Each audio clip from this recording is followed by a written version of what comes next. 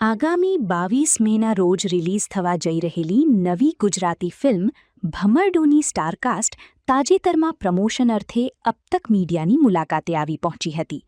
મુખ્ય કલાકારો જશ ત્રાડા, હિતાર્થ યાદવ, ધર્મેશ જોશી અને એસોસિએટ ડિરેક્ટર પ્રદીપસિંહ જાડેજાએ ખાસ હાજર રહી ફિલ્મના રસપ્રદ અનુભવો શેર કર્યા હતા.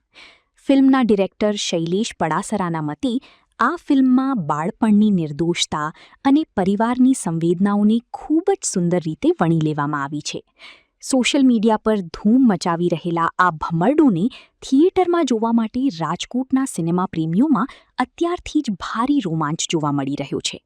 મારું નામ ધર્મેશ જોશી. 22 મેના દિવસે ઓલ ઓવર ગુજરાતની અંદર આ ફિલ્મ રિલીઝ થવા જઈ રહી છે. અને ફિલ્મ વિશે થોડું કહું તો ફિલ્મનું નામ છે ભમરડો. અને આ એક સંપૂર્ણ પારિવારિક ફિલ્મ અને ખાસ કરીને આ બાળકો ઉપરથી ફિલ્મ છે. અને તમે જોયું હશે કે ગુજરાતી ઇન્ડસ્ટ્રીમાં કે ગુજરાતી ફિલ્મોમાં બાળકો ઉપર ફિલ્મ આવી હોય બહુ ઓછું જોવા મળે છે. અને આ બંને બાળકો જશ અને હિતાર્થ એટલે કે રામ અને શ્યામ ફિલ્મના કેરેક્ટર પહેલી વખત કેમેરાનો સામનો કરી રહ્યા છે.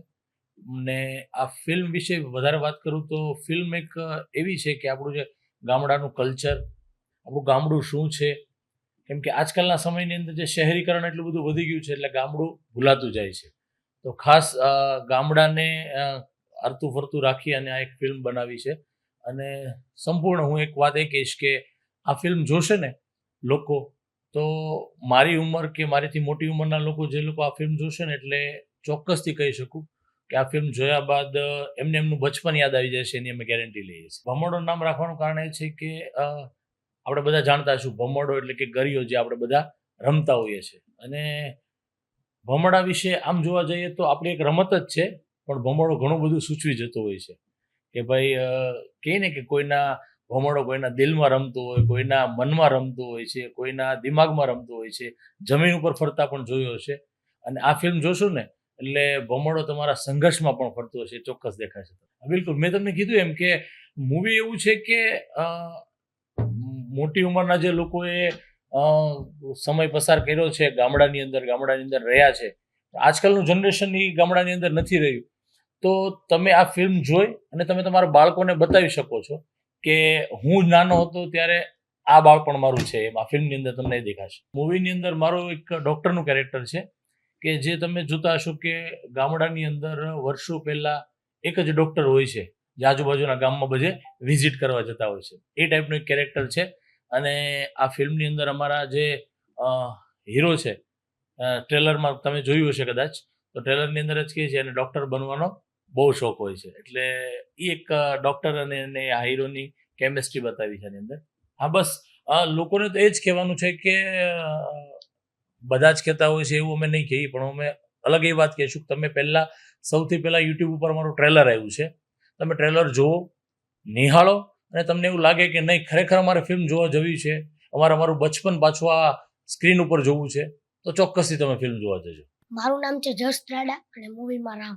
મારું રામનું કેરેક્ટર છે. અને મનેથી છે ને નાનપણથી આમ ડૉક્ટર બનવાનો શોખ હોય એમ કે મને ડૉક્ટરની પાછળ ડૉક્ટર આવે ને એટલે હું ગાંડો જ થઈ જાઉં એમ. કે આ જેમ ધર્મેશ સરે કીધું કે હરેક વારમાં એ ડૉક્ટર આવે, પછી એની પાછળ હું છે ને એ જ્યાં જતા હોય ત્યાં હું વિઝિટ કરતો હોય, એવી રીતનું મારું કેરેક્ટર છે.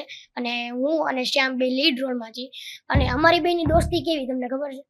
અમારી બેની દોસ્તી જેમ ભાખરી ઉપર માખણનો લોંદો.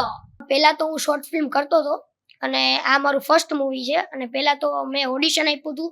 ઓડિશન આપીને પછી સિલેક્ટ કરીને પછી મૂવીમાં ના ફેમિલીનું તો પૂરેપૂરો છે. એમાં ખાસ કરીને મારા મોમ અને ડેડ કે જ્યાં અમે જઈએ એ સાથે આવે.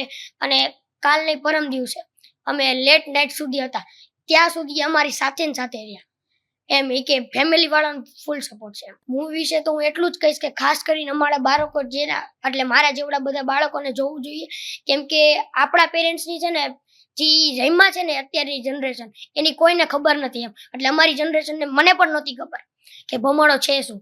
જ્યારે મને પાત્ર ભજવવાનું ત્યારે જ જોયું મેં કે ભમરડો કોને કહેવાય અને કેવી રીતે ફરે. એટલે પ્લીઝ કહું છું બધાય જોજો અને અમારે જેવડા બાળકોને જોવડાવજો. અને એ લોકોને નથી ખબર કે એના પેરેન્ટનું જે બાળપણ તમે એ લોકો લાઈફ જીવી છે ને એ આપને નથી ખબર. અને અત્યારે તો અમારે બધા છોકરાઓ બધા મોબાઈલમાં જ હોય એટલે ભમરડો જે ફિઝિકલ જે ગેમ છે ને એ બહુ સરસ છે. અને પેલા તમારે બધા લોકોએ ઓલી ગીલી ડંડા ને એવું બધું રમવું હશે. હા બસ, તો પ્લીઝ એ બધી જોજો, ખૂબ મજા આવશે. Thank you. મારું નામ હિતાર્થ યાદવ અને ભમરડામાં શ્યામ. હું આમાં મેન લીડ હીરો છું, હું અને રામ એટલે કે જસ ત્રાડા. અને કહેવા તો એટલું જ માગીશ કે તમે બધાએ તો એ જે અનુભવ હતો, જે આપણે મોજ મસ્તી કરી હતી બાળપણમાં, હવે એ બધું નથી રહ્યું. કારણ કે જે સમય જતા જતા હવે ડિજિટલ આવી ગયું કે સવારે જાગીએ 5 વાગે અને સ્કૂલે જઈએ, સ્કૂલેથી આવીને આપણે બપોરે ઘડી આમ ફ્રેશ થઈએ, પાછા ટ્યુશનમાં જઈએ, ટ્યુશનમાંથી આવીને લેસન કરીને મોબાઈલ જોવી અને પછી સૂઈ જાય.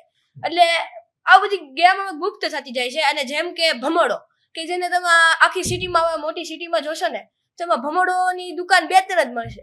એટલે બસ સંદેશો એ છે કે તમારી જૂની યાદો પૂરી કરો. મને તો એવી રીતે વિચાર આવ્યો કે પપ્પાએ મને બહુ જ શીખવાડ્યું કે કઈ રીતને એક્ટિંગ કરાય, કઈ રીતનું આપણે કેમેરા સામે લડી શકીએ. અને આમાં સપોર્ટ તો સુરતના જે આ પ્રોડક્શન હાઉસ દ્વારા તૈયાર કર્યું છે આ ફિલ્મ, તે લોકોનો સપોર્ટ છે કે એને ઓડિશન ગોઠવું. મેં પણ એક શોર્ટ ફિલ્મ કરેલા છે થોડાક, અને તેમાંથી મને એને જોયો હશે કે ઓડિશન મોકલું. હું ભાવનગર રહું છું અને ભાવનગરથી સુરત હું ઓડિશન દેવા ગયો, અને એ લોકોનો એટલો સપોર્ટ હતો કે જેથી હું આ ફિલ્મમાં સારું પાત્ર ભજવી શક્યો. અને સાથોસાથ કે હું એ પણ કહીશ કે જો જે પડદાના પાછળના કલાકાર હોય ને એનો સાથ હોય ને તો જ આપણે અહીંયા હોઈએ. ભમરડો વિશે વાત કરું તો ભમરડો જે આપણી સૌરાષ્ટ્ર કાઠિયાવાડની જે રમૂજી ભાષા છે એ ભાષામાં આખી દર્શાવેલી છે. અને આજના બાળકો જે મોબાઈલ જનરેશનમાં આવી ગયા છે, તો મોબાઈલ જ્યારે નહોતો ત્યારની જીવન કથા કેવી હતી અને ત્યારે પણ જીવનમાં ભમરડો જેવી સ્થિતિઓ આવતી હતી, એ આખી વાર્તા ભમરડોની અંદર દર્શાવવામાં આવી છે. અને 100% તમારા બાળકો સાથે જોવા જેવી ફિલ્મ છે કે કોઈ પણ એજના વ્યક્તિ હોય તે આ ફિલ્મ જોઈ શકે છે. અને ટ્રેલર જોશો એટલે તમને આઈડિયા આવી જશે કે આ ફિલ્મ કેમ જોવી જોઈએ. અને હું 100% ગેરંટી આપું છું કે આ ફિલ્મ જોયા પછી તમારા બાળકો ઉપર પણ બહુ સારી એવી બીટ પડશે.